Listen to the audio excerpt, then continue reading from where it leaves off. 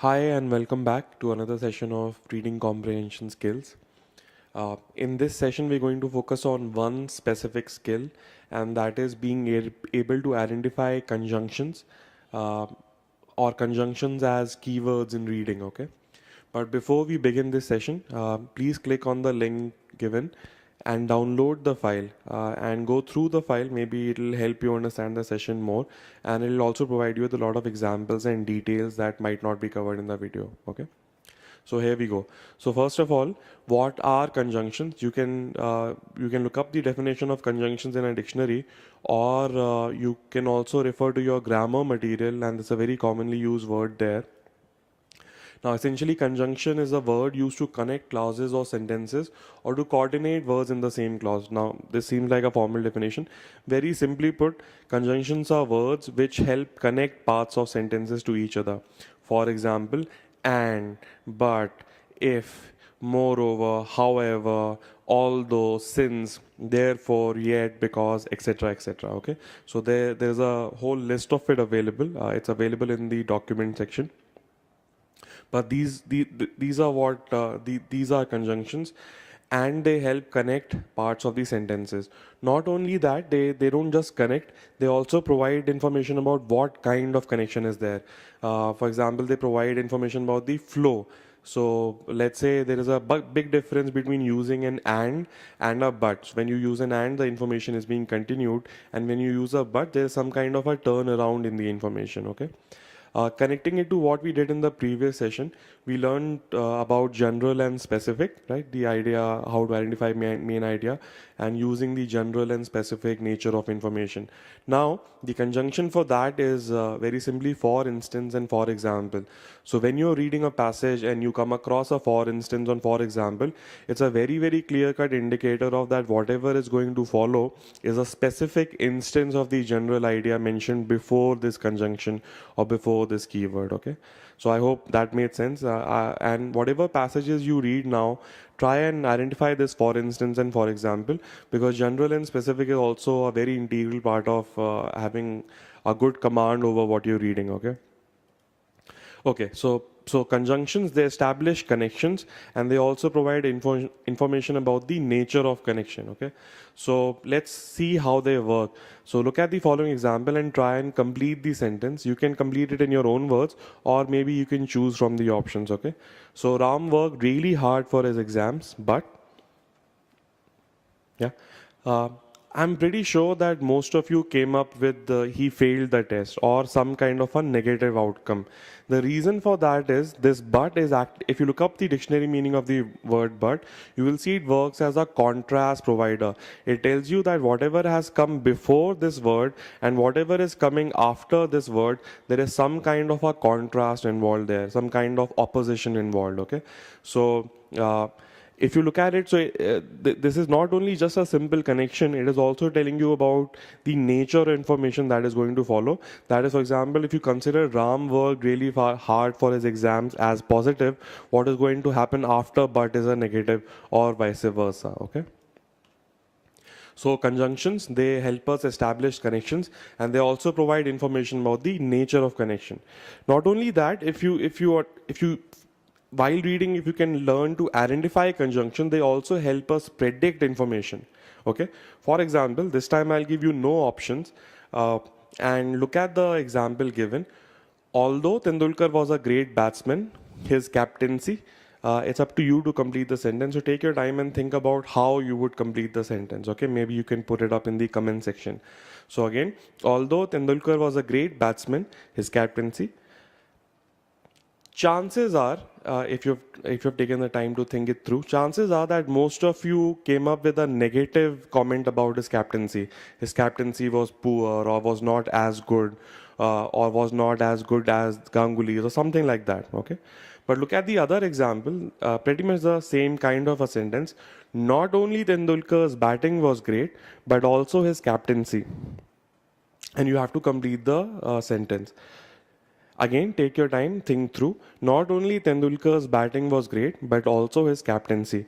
Now, if you focus on the conjunctions, which are you supposed to do because it's there, you would also, in this case, you would come up with a positive outcome about his captaincy. His captaincy was also great. His captaincy was as good as anybody else's, okay? So you look at it how this although and in the other case not only but also is providing a shadow about the information that is going to follow, okay?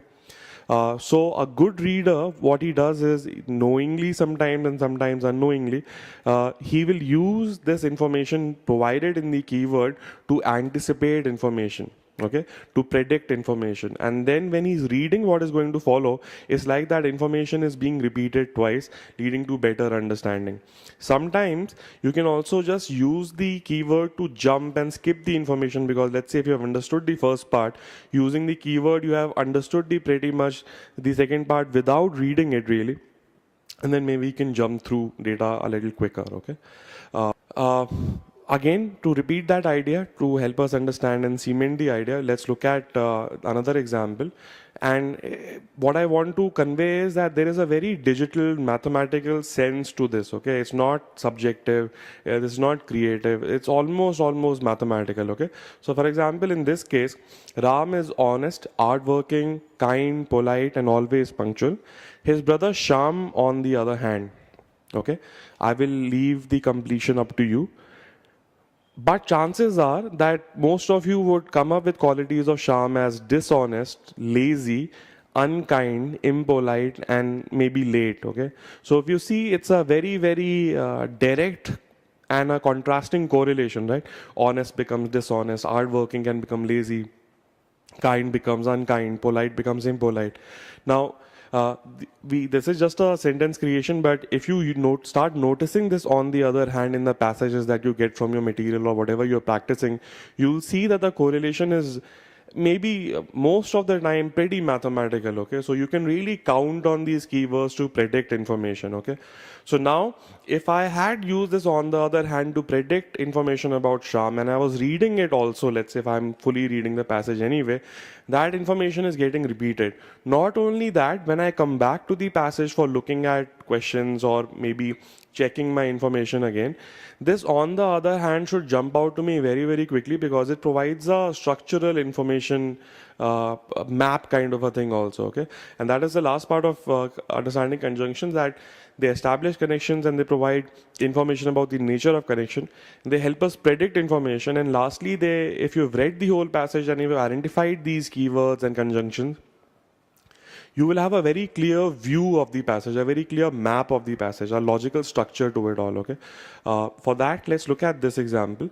Go through it's a very small paragraph. Go through the paragraph and focus on the other hand. Okay, take your time, hit pause, and when you're ready, come back. Okay.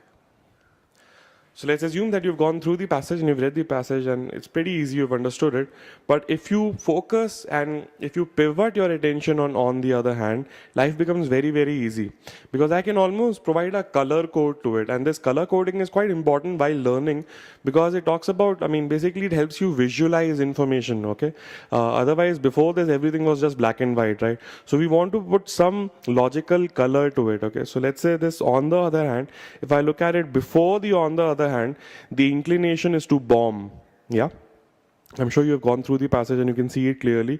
The inclination is to bomb, and after the on the other hand, the inclination is not to bomb. Like the arguments are provided why it should not be done. Okay, so this on the other hand, after reading also, if I want to look back at the passage and summarize, I get a very clear view of the passage using this conjunction as a attention pivot. Okay. And lastly, the very major, huge, super advantage of using conjunctions is that they are present in all kinds of passages.